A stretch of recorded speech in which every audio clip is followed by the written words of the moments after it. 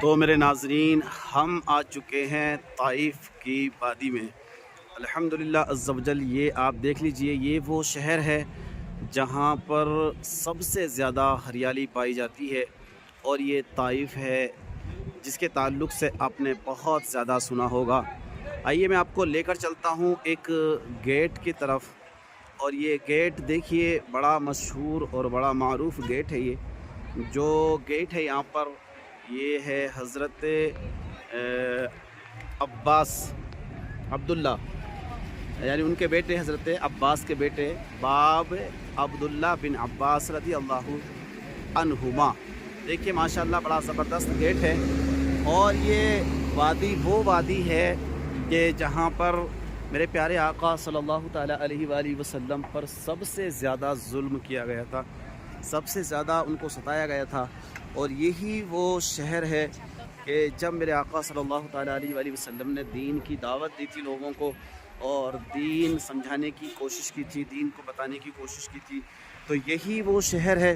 جہاں پر زیادتی ظلم اتنا بڑھا دیا تھا لوگوں نے کہ میرے آقا صلی اللہ تعالیٰ علیہ وآلہ وسلم کو بالکل زخمی کر دیا تھا۔ اور سب سے زیادہ دیکھیے یہاں پر یہ فروٹ ملتے ہیں، دیکھیے کتنے بڑے انار ہیں اور امرود ہیں اور پتہ نہیں انگور ہیں اور کیا کیا یہاں پر دیکھیے ساری ورائٹی مل جاتی ہیں دیکھنے کو۔ لیکن یہ وہ شہر ہے کہ اگر میرے آقا صلی اللہ تعالیٰ علیہ وآلہ وسلم پر جب یہاں ظلم کیا گیا تھا، جب یہاں ستایا گیا تھا، جب یہاں میرے آقا صلی اللہ تعالیٰ علیہ وآلہ وسلم کو پتھروں سے اتنا مارا گیا تھا کہ میرے آقا صلی اللہ تعالیٰ علیہ وسلم کی جو جوتی مبارکہ تھی وہ پوری کی پوری خون سے بھر چکی تھی، اور میرے آقا صلی اللہ تعالیٰ علیہ وآلہ وسلم کو ایک دیوانہ، ایک پاگل معاذ اللہ تصور کر کے ان پر بے حساب پتھر برسائے گئے تھے۔ تو یہ وہ شہر ہے جہاں پر میرے آقا صلی اللہ تعالیٰ علیہ وسلم زخمی ہونے کے بعد بھی میرے آقا صلی اللہ تعالیٰ علیہ وآلہ وسلم نے ان کے لیے ایک مرتبہ بھی ہاتھ اٹھا کر بد دعا نہیں کی۔ دیکھیے یہ ٹوپیاں بک رہی ہیں، یہاں پر ایک مارکیٹ ہے اور یہ عورتیں یہاں پر بیچ رہی ہیں۔ دیکھیے یہ مارکیٹ ہے، اور یہاں کی مارکیٹ کا عجیب ہی نظارہ ہوتا ہے، آپ دیکھ سکتے ہیں کہ یہ ساری خواتین جہاں پر یہ مارکیٹ کر رہی ہیں ماشاءاللہ۔ دیکھیے، تو میرا کہنے کا جو مطلب ہے وہ یہ ہے کہ اتنا خوبصورت، اتنا حسین، اتنا زبردست یہ جو شہر آپ کو نظر آ رہا ہے، یہ میرے خیال سے اگر میرے آقا صلی اللہ تعالیٰ علیہ وآلہ وسلم اس تکلیف کے سبب اگر ایک بار بھی ہاتھ اٹھا کر بد دعا فرما دیتے تو شاید یہ شہر نہ ہوتا، یہ طائف کی ایک وادی نہ ہوتی جو اتنی حسین اور اتنی جمیل، اتنی خوبصورت نظر آتی ہے، یہ سارا کچھ ختم ہو گیا ہوتا۔ تو ابھی ہم انشاءاللہ عز و جل مزار پاک حضرت عبداللہ بن عباس رضی اللہ تعالیٰ عنہما کے حاضری دیں گے، اور وہاں پر انشاءاللہ کچھ فاتحہ خوانی کا سلسلہ رہے گا، اور اس کے بعد انشاءاللہ عبداللہ بن عباس رضی اللہ تعالیٰ عنہما رائے بریلی بھی ہے، وہاں پر انشاءاللہ حاضری دیں گے، اور پھر حضرت عبداللہ بن عباس رضی اللہ تعالیٰ عنہما کے نام سے مسجد بھی ہے، وہاں پر انشاءاللہ 2 رکعت نفل نماز بھی ادا کریں گے، اور اس کے بعد انشاءاللہ عز و جل یہاں قبرستان ہے جہاں پر بہت سارے صحابہ کرام رضوان اللہ تعالیٰ علیہم اجمعین دفن ہیں۔ اور دیکھیے مسجد کا وہ مینار نظر آ رہا ہے، یہ وہی مسجد ہے جو حضرت عبداللہ بن عباس رضی اللہ تعالیٰ عنہما کے نام سے منسوب مسجد ہے۔ تو پیارے ناظرین دیکھیے، ایسا میں نے سنا ہے کہ یہ جو شہر ہے نا، یہ شہر پورے عرب کنٹری میں سب سے زیادہ سبز اور شاداب ہے، سب سے زیادہ۔ اور جو ابھی ہم مکہ سے آئے ہیں، مکہ سے آنے کا مراد ہم نے دیکھا ہے کہ مکے کا جو ٹمپریچر ہے نا وہ بہت زیادہ ہے، یعنی کہ گرم ہے، اور یہاں کا ٹمپریچر ایسا محسوس ہو رہا ہے جیسے یو پی میں ابھی نومبر کے لاسٹ میں ہلکی سردی پڑنا شروع ہو جاتی ہے، تو ایسا محسوس ہو رہا ہے۔ دیکھیں یہاں کی ہر چیز ایک دم بالکل عجیب ہے اور بڑی خوبصورت ہے، بڑے اچھے انداز میں ان لوگوں نے کینٹینیں بنا رکھی ہیں، اور اس کو یہ مال کو، سامان کو بیچنے کی کوشش کر رہے ہیں۔ تو آپ دیکھ سکتے ہیں، تو انشاءاللہ عز و جل اور میں آپ کو دکھاؤں گا کہ بہت ساری چیزیں یہاں پر موجود ہیں جو آپ یہاں کی مارکیٹ میں دیکھ پائیں گے۔ میں ابھی دیکھیے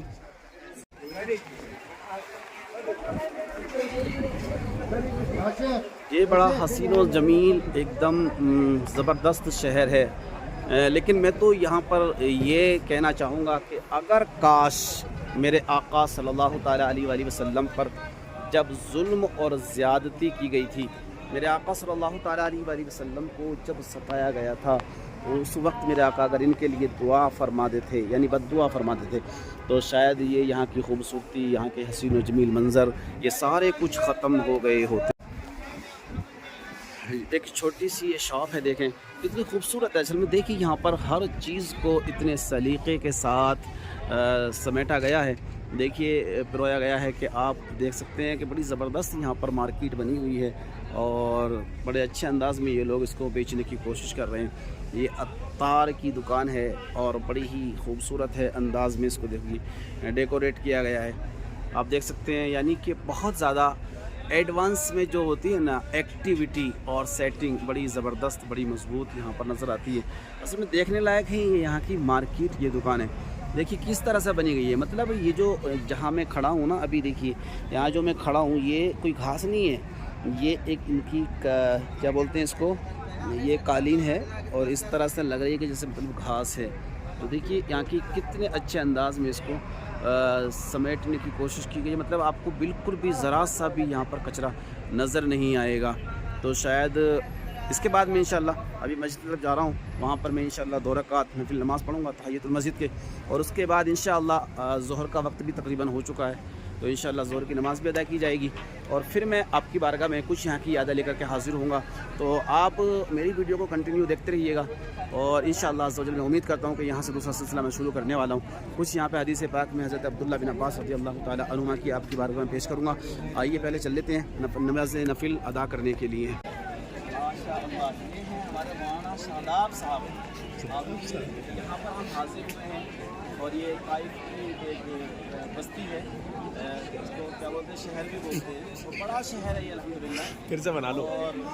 جب لفظ طائف آتا ہے نا تو سب کے ذہن میں ایک واقعہ گردش کرتا ہے جہاں پہ نبی کریم صلی اللہ تعالیٰ علیہ وسلم پر زیادہ ظلم کیا گیا تھا۔ تو میں مولانا کی بارگاہ میں گزارش کرتا ہوں کہ ایک بات وہ جو نبی کریم صلی اللہ تعالیٰ علیہ وسلم سے تعلق رکھتی ہو، اور ایک بات کو جو حضرت عبداللہ یعنی حضرت عباس رضی اللہ تعالیٰ عنہ کے جو بیٹے تھے حضرت عبداللہ، ان سے نسبت رکھتی ہو، تو وہ باتیں بس کلی طور پر بڑے اچھے انداز میں آپ اپنے انداز میں بتانے کی کوشش کریں، تاکہ لوگوں کے پاس میسج جائے کہ ہم یہاں پر آئے ہیں اور ہمارا مقصد یہاں آنے کا کچھ بھی نہیں تھا، ایک ہی مقصد ہے جو ہمارے یہاں پیارے آقا صلی اللہ تعالیٰ علیہ وسلم آئے اور ان کے صحابہ یہاں پر آئے، اور آپ کے چچا حضرت عباس ہیں اور آپ کے چچا زاد بھائی حضرت عبداللہ ہیں، ان کی بارگاہ میں حاضری کی نسبت سے آنا ہوا ہے، یہی مقصد ہے، اس کے علاوہ کوئی بھی مقصد نہیں ہے۔ تو بہرحال ہمارے کیمرہ مین ادھر ادھر اپنے کیمرے کو چلا رہے ہیں، لیکن تھوڑا سا ہمارے مولانا صاحب پہ فوکس کریے، آپ کی بارگاہ میں بڑی اچھی نصیحتیں پیش کریں گے، آپ بالکل توجہ سماعت فرمائیے گا ناظرین، اور ویڈیو چھوڑ کر نہ جائیے گا۔ الحمدللہ رب العالمین، اللہ کا بہت بڑا فضل و کرم، اس کا احسان عظیم ہے کہ اللہ نے آج مجھے اس جگہ کی زیارت کرنے کا موقع عنایت فرمایا ہے جن گلیوں میں ہمارے آقا صلی اللہ تعالیٰ علیہ وسلم کا گزر ہوا، اور میں اس جگہ پہ آنے کے بعد ایک پیغام دینا چاہتا ہوں کہ جس طرح سے ہمارے نبی نے صبر اور تحمل کے ساتھ اپنی زندگی گزاری اور آپ کے اوپر تبلیغ دین اسلام آپ نے فرمایا، جس کی وجہ سے لوگوں نے آپ پر ظلم اٹھائے اور آپ کو پریشان کیا، لیکن ہمارے نبی نے صبر اور تحمل کے ساتھ ان کا جواب دیا، ان کے لیے بددعائیں نہیں کی بلکہ ان کے لیے دعائیں کی، اللہ ان کو ہدایت عطا فرمائے۔ تو یہاں سے بس ایک ہی پیغام میرا ہے کہ اپنی زندگی ہم اپنے نبی کی سیرت کے مطابق گزاریں، جب کوئی پریشانی آئے، ہم پر کوئی ظلم آئے، کوئی دشمن ہم پر کوئی زیادتی کرے، تو ہمیں صبر کرنا چاہیے، اپنے نبی کی زندگی کو پڑھ لینا چاہیے جو ہمارے نبی نے اپنے عمل سے بتایا ہے۔ اچھا، یہاں پر میں تھوڑا سا عرض کروں گا کہ جب پیارے آقا صلی اللہ تعالیٰ علیہ وسلم اس شہر میں دین کی دعوت دینے کے لیے آئے تھے اور آپ پر ظلم کیا گیا، زیادتی کی گئی،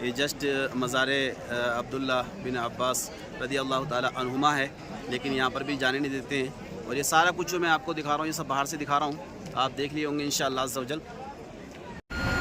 دیکھیے ماشاء اللہ عز و جل اب ہم آ گئے ہیں انگوروں والا باغ.